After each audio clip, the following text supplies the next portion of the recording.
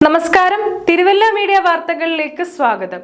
ഗ്രാമങ്ങളുടെ വികസനമാണ് രാജ്യത്തിന്റെ വികസനമെന്ന ഗാന്ധിജിയുടെ സ്വപ്നം സാക്ഷാത്കരിക്കുന്നതിന്റെ ഭാഗമായി രമേശ് ചെന്നിത്തല ആരംഭിച്ച ഗാന്ധി ഗ്രാമം പദ്ധതി ഈ വർഷം പത്തനംതിട്ട ജില്ലയിലെ തിരുവല്ല പെരിങ്ങര ഗ്രാമപഞ്ചായത്തിലെ മുണ്ടപ്പള്ളി പട്ടികജാതി നഗറിൽ നടക്കും. ആദിവാസി പട്ടികജാതി നഗറിൽ അധിവസിക്കുന്നവരുടെ പ്രശ്നങ്ങൾ മനസ്സിലാക്കുന്നതിനും സർക്കാരിന്റെ ശ്രദ്ധയിൽപ്പെടുത്തുന്നതിനുമായി രമേശ് ചെന്നിത്തല KPCC അധ്യക്ഷനായിരുന്ന കാലത്താണ് ഗാന്ധി ഗ്രാമം പദ്ധതിക്ക് തുടക്കമിട്ടത്.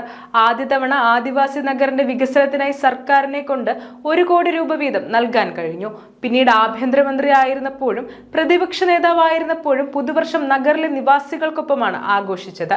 ഈ വർഷം ജനുവരി 21 ചൊവ്വാഴ്ച രാവിലെ 8 മണിക്ക് മുണ്ടപ്പള്ളി നഗറിലെത്തുന്ന അദ്ദേഹം അവിടുത്തെ പട്ടികജാതി പ്രശ്നങ്ങൾ നേരിട്ട് കേൾക്കുകയും അവയെല്ലാം സർക്കാരിന്റെ ശ്രദ്ധയിൽപ്പെടുത്താനുള്ള നടപടികൾ സ്വീകരിക്കുകയും ചെയ്യും.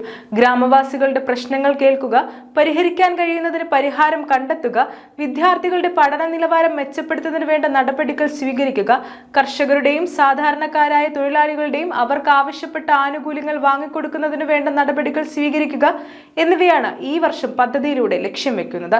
മുണ്ടപ്പള്ളിയിലെത്തുന്ന രമേശ് ചെന്നിത്തല ഗ്രാമവാസികളോടൊപ്പം ഉച്ചഭക്ഷണവും കഴിച്ച് കലാപരിപാടികളും സാംസ്കാരിക സംഗമത്തിലും പങ്കെടുത്ത ശേഷമായിരിക്കും മടങ്ങുക.